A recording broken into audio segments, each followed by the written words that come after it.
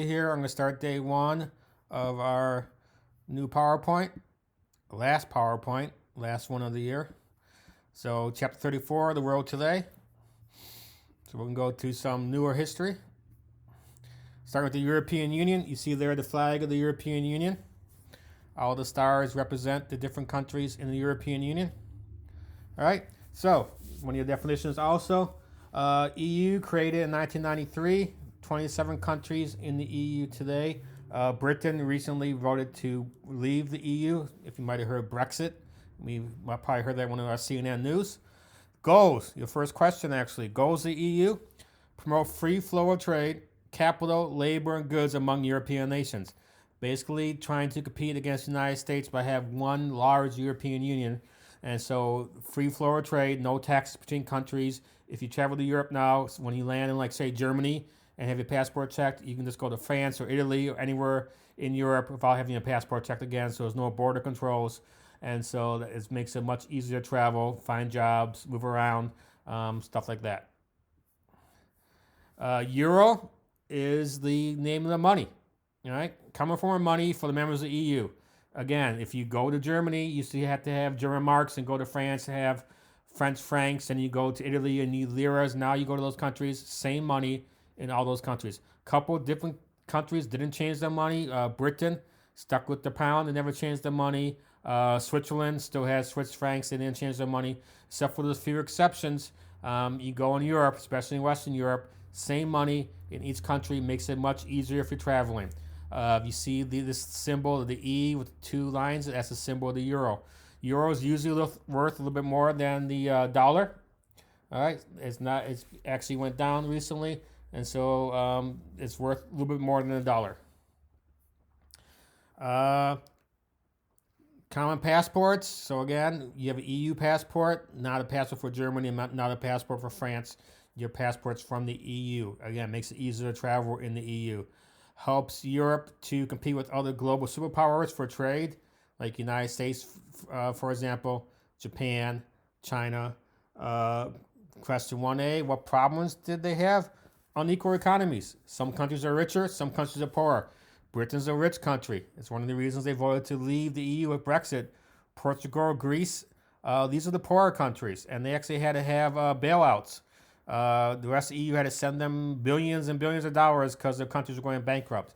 So again, people in Britain a couple years ago said, we don't want to do that. We want to just be part of Britain, so they left the EU.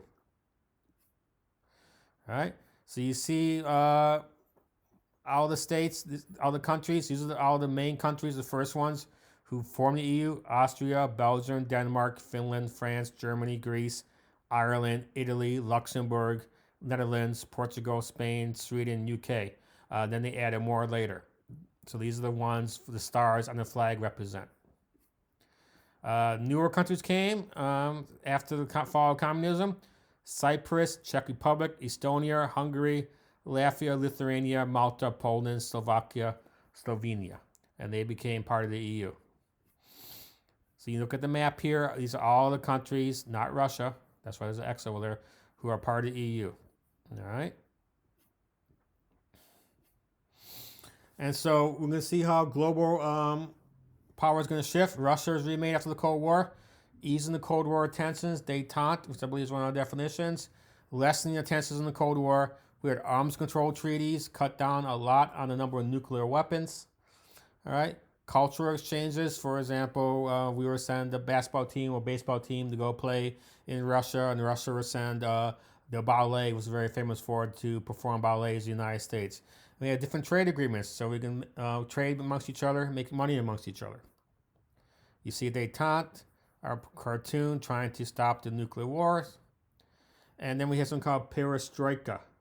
Okay, perestroika, again, with the star there, is probably one of our definitions of Gorbachev's. Perestroika, restructuring the Soviet economy to be more market-based, less command. Market-based means capitalism. So under Gorbachev, the Soviet Union knew that they were going bankrupt, basically, so they started restructuring the economy to let people have their own businesses. All right? Mikhail Gorbachev was the leader who did this.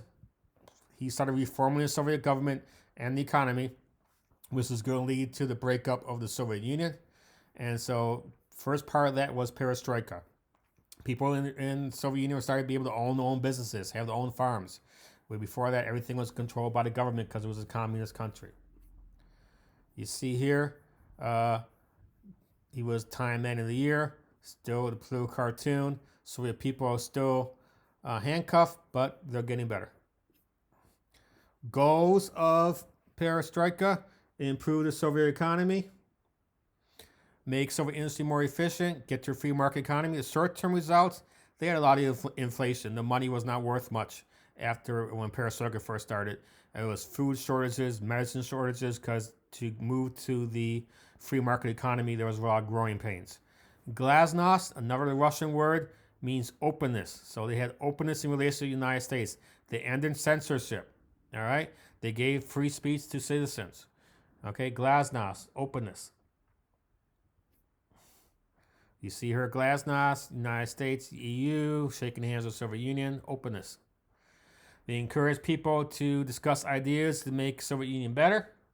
And this is the beginning of the end of communism in USSR, 1989. So you see here, Premier Gorbachev for President Reagan, and then this next premier with first President Bush signing treaties to get rid of nuclear weapons. This is the whole point of this. So we have less chance of a war, and the Soviet Union is going to be more towards a market economy. Difficult challenge for Russia, Boris Yeltsin. He became president of Russia a little later. He wanted more democracy and capitalist economy. All right. Farms, businesses, industry, they sold to citizens. People can buy and now they can own land, own businesses.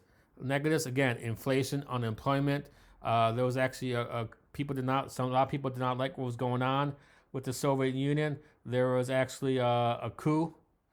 The army tried to get rid of the Soviet of President Yeltsin. Other people in the army resisted. There was some fighting in there, and what happened is that President Yeltsin was able to keep as being president of the Soviet Union. So now Russia, Soviet Union, has become Russia again.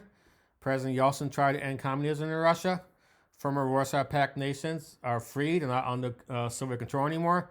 USSR now becomes Russia, and 21 new republics to create the Russian Federation, and they bring back the white, blue, and red of the Russian flag. And you see all the countries now that are part of the Soviet Union are now going to be either free or part of the Russian Federation. You see the Berlin Wall falling, the dinosaur, because the wall's gone. And then we only had 3 communist countries left: China, North Korea, Cuba. People add Venezuela to that. All right. But now the Soviet Union is gone. All these other Warsaw Pact countries are gone. We just got China, North Korea, and Cuba. This is just the Marxists. This is Marx and Lenin. They're coming to get their capitalism t-shirts. Vladimir Putin, he becomes president of Russia in 1998-2008. Then he let this guy, Dmitry Medvedev, be president of Russia for a couple of years, but Putin was still in charge. Now Putin again is in charge. He's a hardline communist. New U.S.-Russia nuclear reduction still, but Putin wants to bring back the former glory of the Soviet Union, and we've seen stuff like that when he invaded Ukraine and other places. He's trying to bring back the communism and the dictatorship. So you see Putin has one foot in the Cold War. You know, he's limping back towards the Cold War. You see the crutches, one foot in the nuclear weapon. And we have no more communism. Europe and Baltic nations freed. Berlin Wall falls in 1989. You see the picture here. Germany becomes just one country again, not West Germany, East Germany. It's just Germany. All right. Communism is outlawed. No ethnic religious war. So since there was no religion in communism, that people got along. After the fall of communism, people who lived for 40 years together had no problems, started fighting each other. In Armenia, in Azerbaijan, in the Balkans in particular, Croatia, Bosnia, Serbia, Albania, Montenegro, Kosovo, the former Yugoslavia. They had wars there. They had what they call ethnic cleansing, which was genocide. NATO actually had a bomb, chose to bomb Yugoslavia to stop the fighting. Chechnya wants, so all these places where people got along under communism because Buddhism was outlawed, and just like we saw in Rwanda, people got along for a long time, and then they weren't getting along anymore, and people died. Saw this map already. All these countries became their own countries. And then remember, we see this Christianity. We saw this map before. Islam, we saw this map before. All right. And we're going to lead us to the Pacific Rim. Pacific Rim is the name for all these countries on the edge of the Pacific. So you got Japan, Russia, Japan, North Korea, Taiwan, China, Australia, New Zealand, up here in South America, Central America, United States. They call this the Pacific Rim. It's the name of a movie about big robots fighting monsters, but that's just because they're in the Pacific. This is what the Pacific Rim means. All right, Miss Maloney is going to take up the next couple of days, and I'll see you again on day 4. All right, make sure you fill out your study guide and watch all the videos. And as this is our last PowerPoint study guide, I'll see you on day 4.